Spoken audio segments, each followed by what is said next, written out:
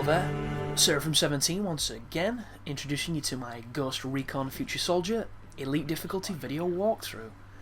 This is the second section to Firefly Rain, and unfortunately this is the end to our stealthiness.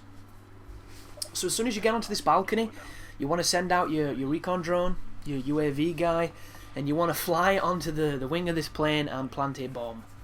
And I thought this was a pretty fun moment.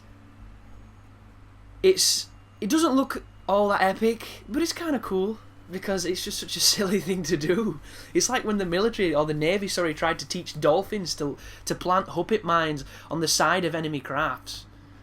Which is just fucking ridiculous when you think about it, but we're the only species on this planet that's ridiculous enough to try and fashion a way of death out of another animal. So dumb. But this area here, you've got to shoot people, you've got to secure the area, so just mark them, take them out and kill them as quickly as you can. It's not too difficult, but it's hard to do this room without the rest of the enemies noticing that shit's kicking off. Like just then, somebody detected me with my alternate account. If you're wondering why that doesn't say Sarah from 17. And before anybody sends a friend request to that account, it is not on Xbox Live, because that name's probably taken, as with everything. Although, it's a pretty obscure reference, if anybody knows it, which would be nice to see. But there you go. Do not rush down this area. You think it's clear, but it's not, because as soon as you push down here, another spawn of enemies is going to turn up, so go into cover and start picking them off. I actually ran around this corner and got killed because I wasn't paying attention and, you know, I got sloppy, but you've got a sniper rifle. It does shoot through cover, so utilize that to just murder some dudes, and this is why I love this gun. Like, you cannot be stopped. If you can aim and they're behind light cover, they're dead. It's such a fun, useful tool.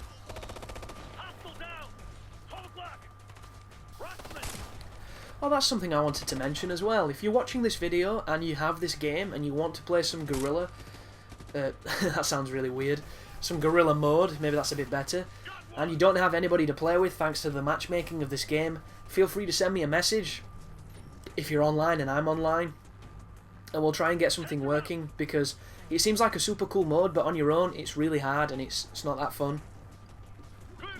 And I don't have any friends right now that have the game, so it'll be one of those things where I'll be looking to just try and get on, and I want to play some of the guerrilla mode. I'm going to be going on the online when I've got some friends, but before that I don't think I'm going to dabble too much, because playing Ghost Recon on your own online is generally an effort in futility, because your team's generally pretty bad and it's not all that fun. But I might do some live commentary stuff with it. It all depends. A buddy of mine is getting this game really recently, so I'll probably go on with him, but expect some gameplay from this game after the guide, because it's worth it. And so there goes the shield guy, there goes the room clear, and then all that's left to do now is a pretty long rail section. And luckily enough, the rail sections on this game are nice and easy. They're nowhere near as bullshit as they were in Ghost Recon Advanced Warfighter, because the very first chopper sequence on that game, on the hardest difficulty, you could die immediately before you'd even got a chance to fire. It's really bad.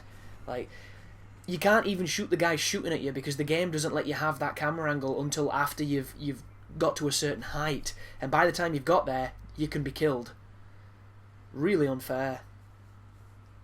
But here we go, once again, waiting on one of my teammates. Come on, you lazy bastard, what are you doing? There we go. And waiting for him to ready up, and you can tell when you're going to go because he'll tap the vehicle. There he goes, tap tap, start the driving sequence. And I'm not too sure if that's loading or whatever. I would advise to install the game, because when I've been recording the game, if you get ahead of your team and ahead of the game itself, because there's a lot of moments where they expect you to walk through environments slowly and listen to the exposition, but if you run through them, you're going to get a lot of mid-level loads, and these mid-level loads are longer than a minute, so you want to try and keep that to a minimum. But, God, this tiny screen does not do this section of the game justice, because this looks so amazing on my TV, just the lights and just the hue from them and the artifacts on the screen, and oh, just so pretty. But there's a 20G for bringing down the plane. Another objective down. Just keep shooting. You'll notice I'm feathering the trigger a little bit so that I don't overheat the gun. The reason for this is because when you're overheated you stand more of a chance of being hurt, but it's really hard to die on this section, and you're going to find this out in a moment because I'm looking the completely wrong way when about 5 jeeps just railroad me. Right now, it's like, oh god, hello friends. And you can tell I'm getting shot to shit, but I'm not dying, so luckily enough, you're not really in too much danger. Like right now, I'm a bullet away from death, and that guy stops firing, so that's quite nice of him. But time to get out of the vehicle anyway and push to the extraction. And the extraction point is going to be a defend against a wave of enemy moment, which I mentioned in the previous video. But this section here, if you rush all the way through the fire, there's going to be 2 snipers waiting for you on the balcony. And they're pretty bad shots, so they do give you a lot of time to shoot them.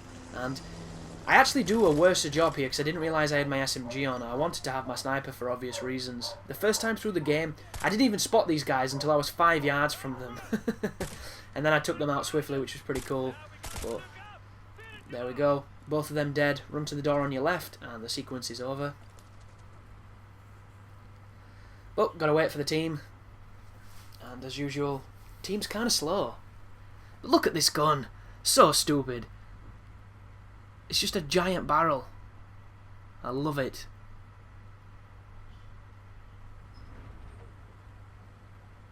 Here we go again with one of the interesting door mechanics.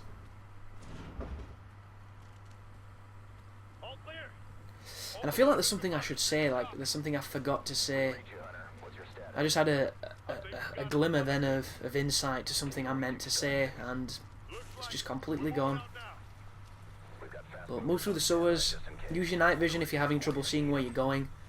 The cheeky way of getting through these areas without night vision is to change the brightness on your TV, but I don't advise that. It makes everything look ridiculous. Ignore the contact. It's actually through the roof. It's not going to give you any kind of threat. Just keep pushing forward. And there's a cheeky ladder here that I didn't discover until my teammate climbed, because as you can see, it's pretty dark.